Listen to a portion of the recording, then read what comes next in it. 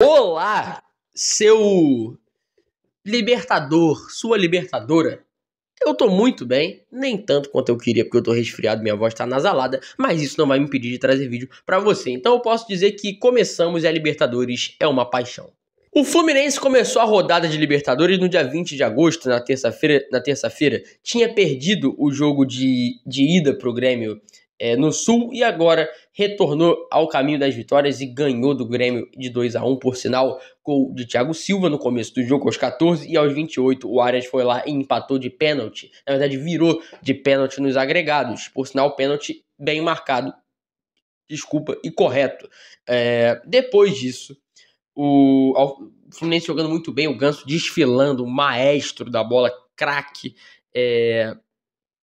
jogando muito, mas não conseguiu fazer mais nenhum gol, e no final a bola puniu, e puniu bem. O Gustavo Nunes, o Gustavinho, fez o gol do 2-1, que nos agregados era o 3-3, e o jogo foi aos pênaltis. Começando a cobrança de pênalti, o Ganso perdeu, depois alguns jogadores converteram, e da parte do Grêmio, o Natan e o Monsalve perderam. Quando o Monsalve perdeu, foi lá o Arias, marcou o seu segundo gol de pênalti na partida, e finalizou e classificou o Fluminense Futebol Clube, classificação merecida. O Thiago Silva é um monstro, caso o Marcelo volte, vai ter mais qualidade na criação. O que me preocupa do Marcelo é o físico, porque ele tá gordo, isso é só você ver, ele tá gordo, mas na criação ele é um cara incrível, e se ajudar o Fluminense da forma que ajudou o ano passado, o Fluminense vai ser um time melhor ainda.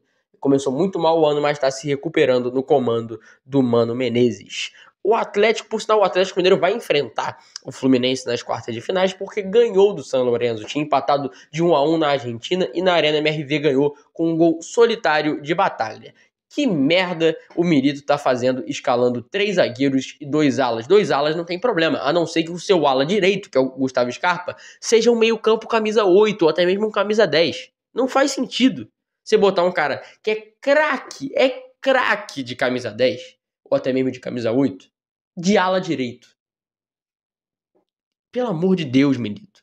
No jogo de ida, o Milito botou dos 3 zagueiros, um apenas era zagueiro de função. O resto era volante e lateral.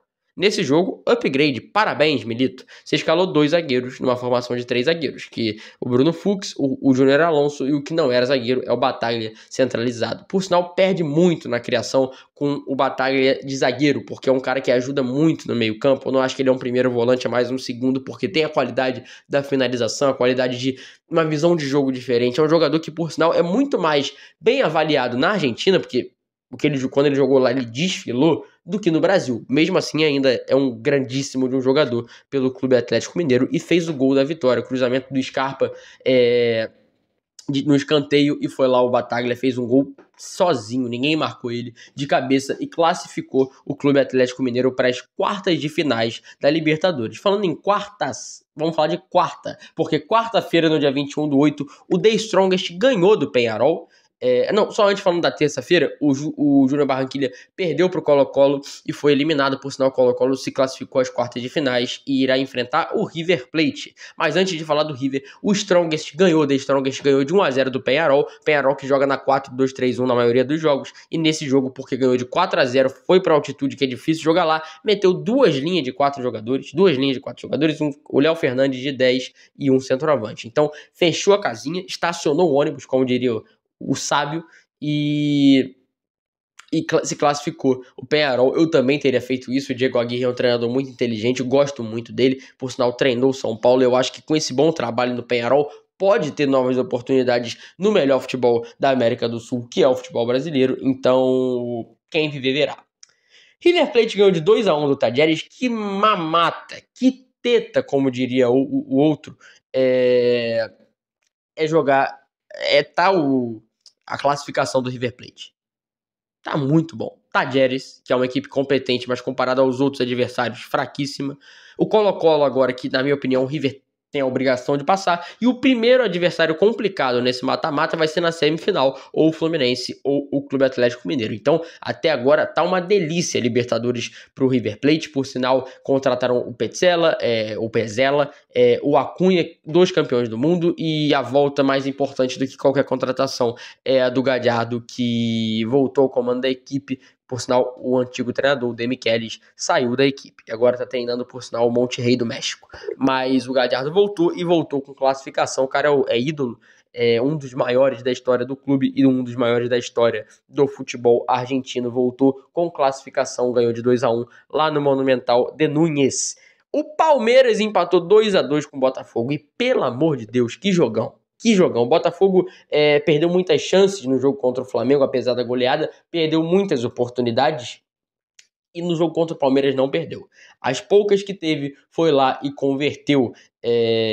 O tanto que o Igor Jesus fez um gol aos 56 e pouco tempo depois, aos 64, o Savarino fez o segundo gol. Por sinal, o Savarino com um gol e uma assistência jogou muita bola e é um dos melhores e um dos mais subestimados jogadores do futebol brasileiro, o camisa 10 do Botafogo. Depois, o Palmeiras, aos 80 minutos, quando tudo parecia perdido, deu uma de Palmeiras, ativou o pacto, 2-1, 2-2, 3-2. Nesse momento, qualquer torcedor do Palmeiras e do Botafogo estava passando mal, por diferentes razões.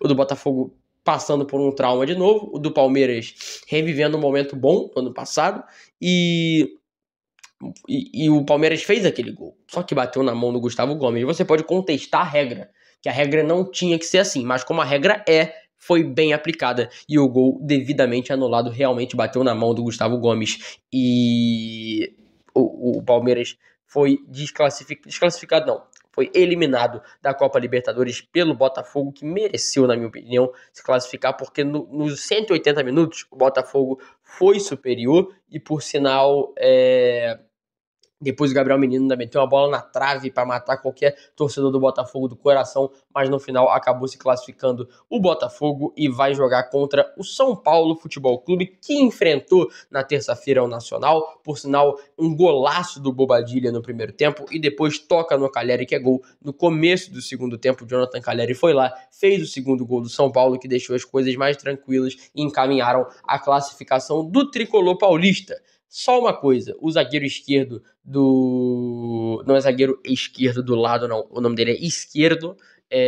Teve uma queda lá, uma arritmia cardíaca, lutou pela vida dele, estava num estado delicado, mas tudo parece que ele vai se recuperar, graças a Deus, mandando aqui todo tipo do que você acredita, de energia, de oração, qualquer coisa pro esquerdo, porque é muito feio quando acontece isso num jogo, é muito triste, não é culpa de ninguém, acaba acontecendo, e aconteceu, e graças a Deus não aconteceu nada, e a gente espera que o esquerdo se recupere, volte para sua família, também volte a jogar futebol, porque ninguém quer o fim da carreira de ninguém, e o São Paulo se classificou e enfrentará o Botafogo. Grande vitória do tricolor paulista no Morumbi. Para fechar, o Bolívar ganhou de 1-0 do Flamengo, um sufoco, mas a sorte do Flamengo é que o Bolívar é muito ruim, mas é muito ruim, é ruim com força. Se fosse um time, vamos pegar um time meio de tabela do futebol brasileiro hoje, sei lá, o Juventude. O Juventude é um time meio de tabela, por mais que todo mundo achou que ia brigar para não cair e está fazendo um campeonato de meio de tabela. Se o Bolívar tivesse um time igual o Juventude, jogasse igual o Juventude, passaria do Flamengo. Passaria do Flamengo, não só do Flamengo, iria a semifinal de Libertadores, a finais de Libertadores, porque a altitude complica muito a vida do adversário. Muita coisa. Então, se fosse inteligente, tivesse um time minimamente decente, retrancar fora de casa e ir para cima em casa. Se eles tivessem um time minimamente bom, eles se classificariam e iriam para as fases finais da Libertadores praticamente todo ano, mas não é o que acontece, eles são muito ruins. O Flamengo acabou com aquele gol do Léo Pereira no final, classificou o Flamengo, salvou o Flamengo, que ganhou de 2-0 no Maracanã e não jogou nada bem na Bolívia. Faz sentido por causa da questão física, mesmo assim o trabalho do Tite é decepcionante e o Bolívar acabou ganhando a partida, porém não o suficiente para se classificar. Agora é o momento de o Flamengo contratar, se recuperar, o Tite vê que ele está fazendo de errado, que por sinal acabou se sentindo mal na Bolívia, e no fim de semana quem vai controlar o Flamengo é o filho dele, Matheus Bach, e é isso. O Flamengo respira, enfrentará o Peñarol, que não será um adversário fácil. O Tite tem que rever o que está dando de errado, parece agora contrataram o Michael, tá bem encaminhado o Alexandro, Gonzalo Plata, então são boas contratações que podem encorpar a equipe do Flamengo e também substituir algumas lesões que a equipe da Gávea teve. Então é momento de reflexão do Flamengo, de ver o que estava fazendo de errado e melhorar. Ok? Falei de todos os jogos, é isso. Farei um vídeo quando estiver prestes a começar a fase de quartas de finais, dando meus palpites, tentando falar o que eu acho que vai acontecer, os duelos-chave desse confronto. Então é isso, se inscreva no canal, ative o sininho, deixa seu like. Minha voz falhou porque eu tô ruim da garganta. Até a próxima, tchau.